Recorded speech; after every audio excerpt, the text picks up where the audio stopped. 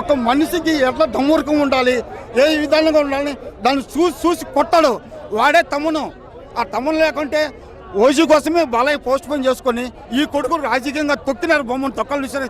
వాళ్ళ కాల 25 కోట్లు ఎంతసేపు ఉన్న వాళ్ళకు ఒక నిర్మాత 10 కోట్లు, బాలయ్య 7 కోట్లు, బోయపాటి 4 కోట్లు, ఒక అభిమాని ఆంధ్ర ఓటు 4 కోట్లు ఇచ్చాడన్నా. ఒక నిర్మాత 10 కోట్లు ఇచ్చి బొమ్మను రీజేప్ చేశారు. ఏం కావాలా వాళ్ళకు? ఒక రాజమౌళి కాదు, ఒక శివుని చూపించాలంటే ఒక బోయపాటే వాని వల్ల అవుతుంది.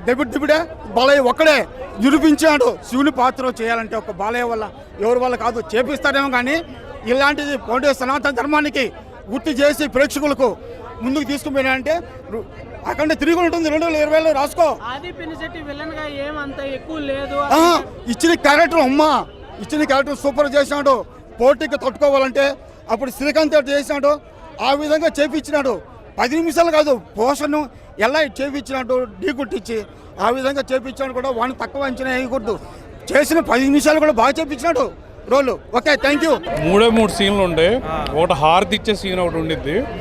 రెండోది వచ్చేసి హెలికాప్టర్ ఫ్యాన్ తిప్పుతాడు. మూడోది whatever it may be imitation ఏం లేదు.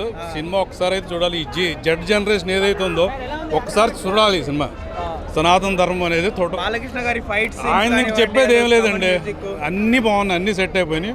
బట్ ఒకసారి అయితే మూవీ చూడాల్సింది. చాలా బాగుంది. బాలకృష్ణ గారి ఎలివేషన్ సీన్స్ అయితే సూపర్. బోయపాటి గారు సన్నుడు ఉన్నారు.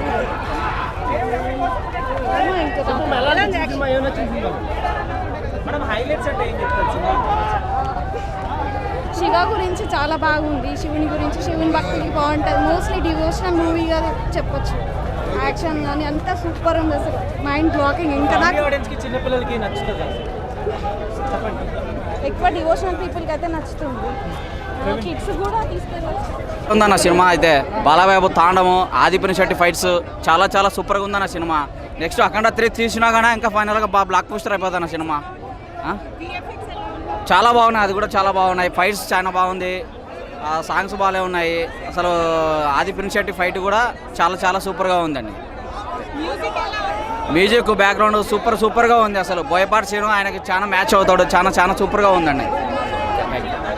ప్రపంచ దేశాలతో పోలిస్తే మన హైందవ సనాతన ధర్మం ఎలా ఉందో చూపించాడు. నరసింహస్వామి, శివుడు, తాండవము, మదర్ సెంటిమెంటు, బ్యాక్డ్రాప్ మ్యూజిక్, 5 మొదటి అరగంటలోనే తీసిన యాక్షన్ అండి.